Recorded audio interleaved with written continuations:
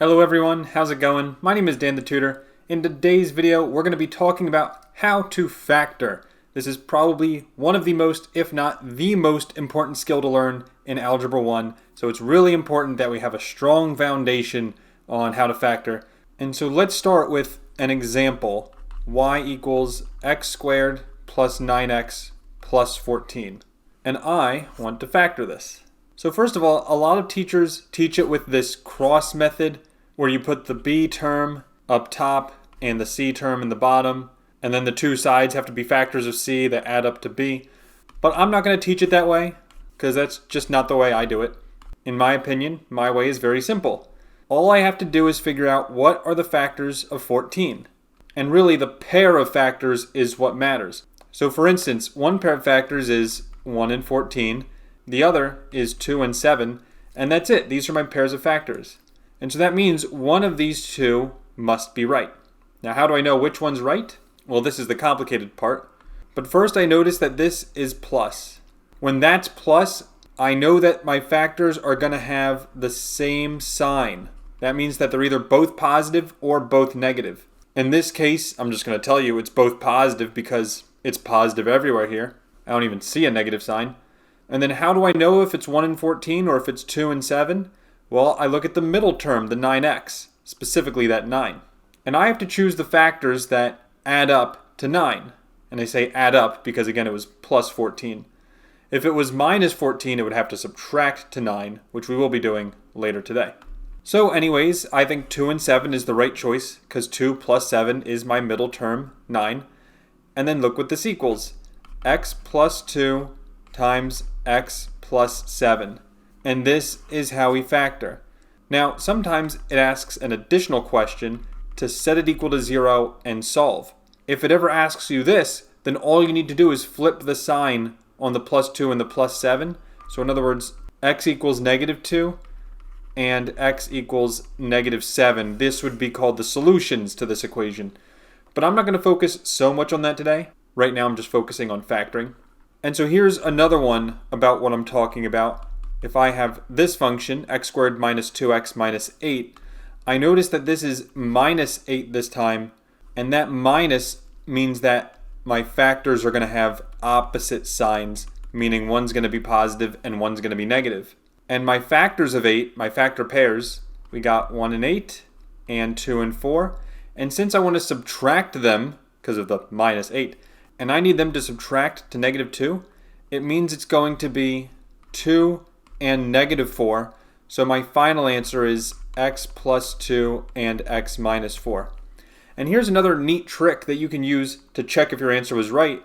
All you got to do is FOIL your factors. And if you don't remember how to FOIL, it's first, outer, inner, last. So x times x is x squared. X times negative 4 is minus 4x. 2 times x is plus 2x, and then 2 times negative 4 is minus 8. And this would then reduce to x squared minus 2x minus 8, confirming that this is the right answer. So you can always check your work by foiling, and you should get the original problem. So that's enough of me explaining. Now in the next few, we're just going to do example after example after example. I encourage you to try all of these on your own first, and watch my video as a solution guide. So the first one I have here is x squared minus 4x minus 5. Give it a try on your own, but just as a reminder, you want to ask yourself, what are the factors of 5? What does this negative sign mean? And what's going to add or subtract to the middle number, negative 4? So go ahead, give it a try. And here's the solution. So first I ask myself, what are the factors of 5? It's only one pair, 1 and 5. That's it. And since it's minus, that means one of these is going to be positive, one's going to be negative, and I need to subtract them. And since I want negative 4 in the middle, I know it's going to be negative 5 and positive 1. So my final answer is x minus 5 times x plus 1. And by the way, if you ever have this order in reversed, like for instance, x plus 1 times x minus 5, this is the exact same answer, so it doesn't matter. Both are correct. So now here's the next one. Let's say I have x squared minus 11x plus 10. So go ahead, give this one a try. It's a little tricky. And when you're ready to see the solution, unpause the video. Okay, so first, my factors of 10. I have two pairs. I got 1 and 10 and 2 and 5. And since it's plus 10, it means they're going to have the same sign, meaning they're either both positive or both negative. And since I want them to add up to negative 11, I see what it's going to be. It's going to be negative 1 and negative 10. In other words, they were both negative. And this makes sense because negative 1 times negative 10 is positive 10. So then final answer is x minus 1 times x minus 10. Or if you had this in reverse order and you had x minus 10 times x minus 1, this is correct as well. Either of these are correct. Okay, we're just doing a few more of these. Next one, x squared minus 5x plus 6. Again, give it a try. And here's the solution. So for 6, I have two pairs of factors. I got 1 and 6, and I got 3 and 2. And since it's plus 6, that means it has the same sign. In other words, either both positive or both negative. And since I want minus 5 in the middle, looks like it's going to be both negative. And because it's both negative, it can't be negative 1 and negative 6, because that would be minus 7x. So it has to be x minus 3 times x minus 2. And this is the correct answer. And now what if I had a very similar one, x squared minus 5x minus 6? What would be the solution here? Well, for this one, it's still 1 and 6 and 3 and 2 as my factor pairs. But since it's minus 6, it means they're going to have opposite signs. One's positive, one's negative, and I need to subtract to negative 5. Sounds like it's going to be negative 6 and positive 1. So the final answer for this one is x minus 6 times x plus 1. The next one's also going to be tricky. It's x squared minus 16. Now my advice for you for this one, you notice there's no x term in the middle.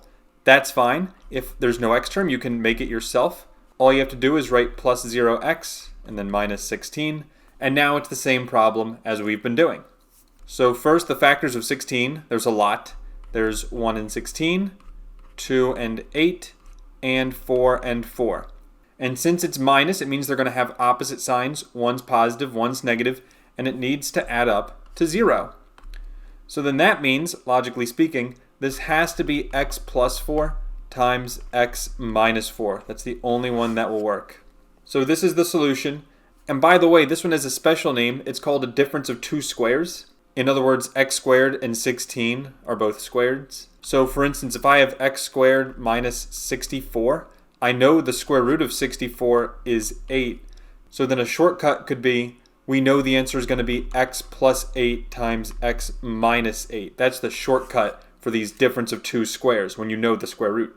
But if you don't like this method, you can still do it the traditional method and you'll get the same answer, just in a little bit longer time. And now we just got one more today. It is another tricky one. It's x squared plus 2x plus 1.